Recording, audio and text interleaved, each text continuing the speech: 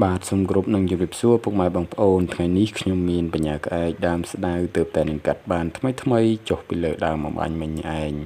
ចង់មកថតបង្ហាញពុកម៉ែបងប្អូនបាទនេះហើយជាដើមបញ្ញាក្អែកដើមស្ដៅដែលខ្ញុំទើបតែនឹងកាត់បានថ្មីផងដែរបាទឃើញថាស្លឹករបស់វាគឺនៅស្រស់ៗឯចំណែកនេះគឺជាដើមស្ដៅដែលខ្ញុំទើបតែនឹងកាត់អំបញ្ញមិញមិនទាន់បានស្ងួតជាប់ផងដែរហើយយើងមកមើលសភាពដើមបញ្ញាវិញគឺមានលក្ខណៈធំល្អគ្រាន់ដោយដើមនេះវាអាចធំ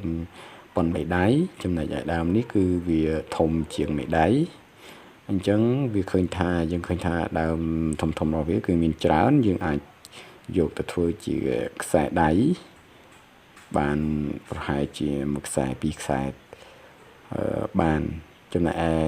មេតិចតួចប្រហែលយើងយកទៅធ្វើជាខ្សែកងកម្មប្រហែលជាបានមួយខ្សែឬអីជាដើមហ្នឹងឯងព្រោះខ្ញុំមិនសូវដឹងច្បាស់ថាលៃលោកប្រហែលទេព្រោះធ្លាប់តែធ្វើជាឈើកញូមឈើអីចឹងទៅដល់ទៅពេលដើមបញ្ញាបែបនេះយើងមិនទាន់ហ៊ានកាក់ថាធ្វើបានប្រហែលខ្សែនោះទេប៉ុន្តែក្នុងការផុសវីដេអូនេះគឺគោលបំណងចង់បង្ហាញពុកម៉ែបងប្អូនណាដែលនិយមចូលចិត្តនៅបញ្ញាក្អែកក៏ដូចជាបញ្ញាក្អែកដើមស្ដៅនេះផងដែរអញ្ចឹង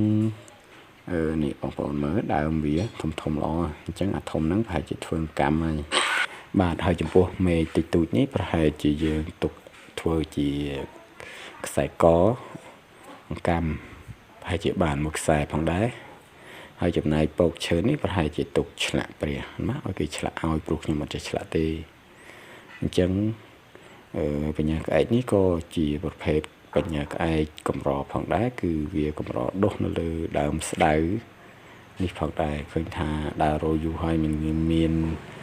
ងាយឃើញមាននោះទេទើបតែនឹងឃើញមួយដើមហ្នឹងក៏កាត់យកឲ្យហើយតែម្ដងទៅអញ្ចឹងបើពុកម៉ែបងប្អូនត្រូវការអាចខមមិននៅក្នុងវីដេអូនេះ